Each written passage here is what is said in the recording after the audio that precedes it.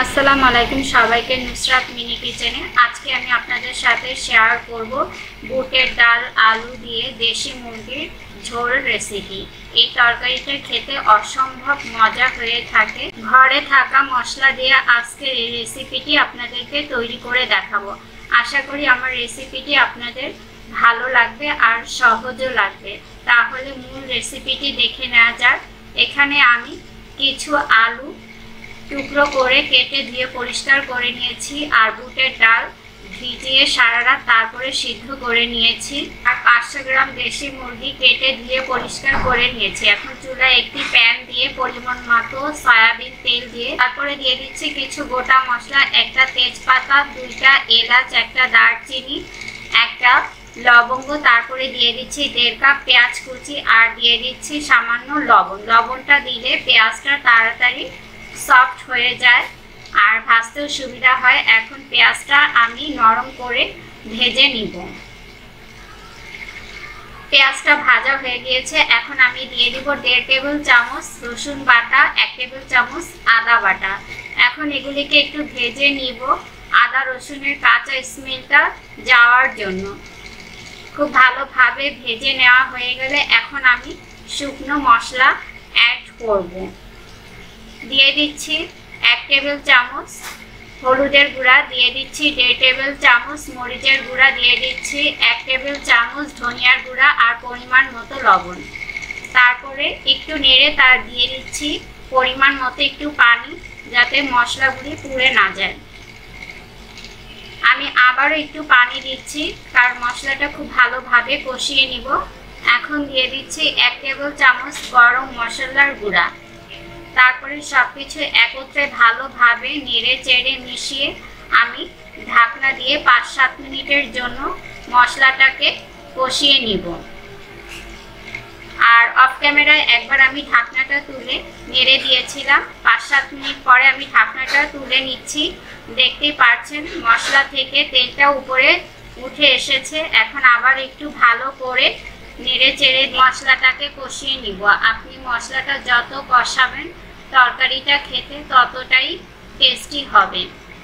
খুব ভালোভাবে কষানোর পরে এখন আমি দিয়ে দিচ্ছি আগে থেকে কেটে ধুয়ে রাখা আলু আর দিয়ে দিচ্ছি মুরগির মাংসটা দিয়ে এখন সবকিছু একত্রে ভালোভাবে নেড়ে চেড়ে আমি মিশিয়ে নিচ্ছি মশলার সাথে। সবকিছু মেশানো হয়ে গেলে এবার আমি ঢাকনা দিয়ে ঢেকে আবারও 5-7 মিনিটের জন্য ঢেকে আমি এই মাংসটাকে রান্না করে নিব। আর চুলার জালটা এই পর্যায়ে মিডিয়ামে রেখেছি। 5-7 মিনিট পরে আমি ঢাকনাটা তুলে নিচ্ছি আর আবারও আমি খুব ভালোভাবে নেড়ে চেড়ে দিচ্ছি। এখন সামান্য পরিমাণ পানি দিয়ে তারপরে আবারও আমি 5-7 মিনিটের জন্য এটাকে ঢাকনা দিয়ে ঢেকে রান্না করব। 5-7 মিনিট পরে আমি ঢাকনাটা আবারও তুলে নিচ্ছি। তারপরে আবারও আমি খুব ভালোভাবে সবকিছু একত্রে নেড়ে চেড়ে এখন দিয়ে দিব আগে থেকে সেদ্ধ করে রাখা বুটের ডালটা দিয়ে তারপরে সবকিছু একত্রে ভালোভাবে মিশিয়ে নেড়ে চেড়ে তারপরে ঢাকনা দিয়ে ঢেকে আমি 10 মিনিটের জন্য রান্না করে নিব।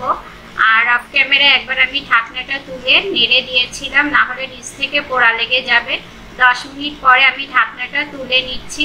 আবারও খুব ভালোভাবে সবকিছু নেড়ে চেড়ে এখন আমি ঝোলের জন্য পরিমাণ মতো গরম পানি দিয়ে দিব। আপনারা চাইলে নর্মাল তাপমাত্রার পানিটাও দিতে পারেন, তবে গরম পানিটা দিলে তরকারির টেস্টটা বেড়ে যায়।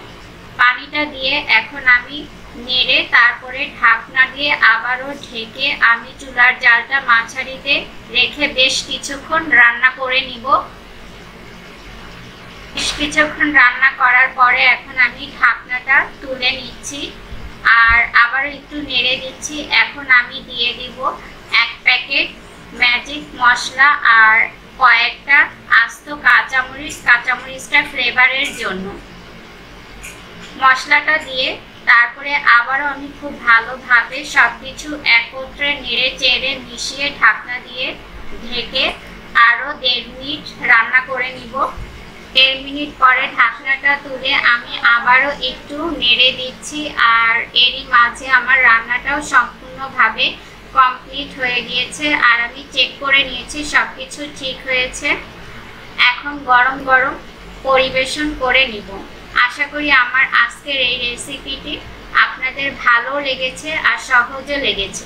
আজকের মতো এখানে বিদায় নিচ্ছি। সবাই সুস্থ থাকবেন, ভালো থাকবেন, সবাই সবার জন্য দোয়া করবেন। আবারও দেখা হবে অন্য কোনো রেসিপিতে। আল্লাহ হাফেজ।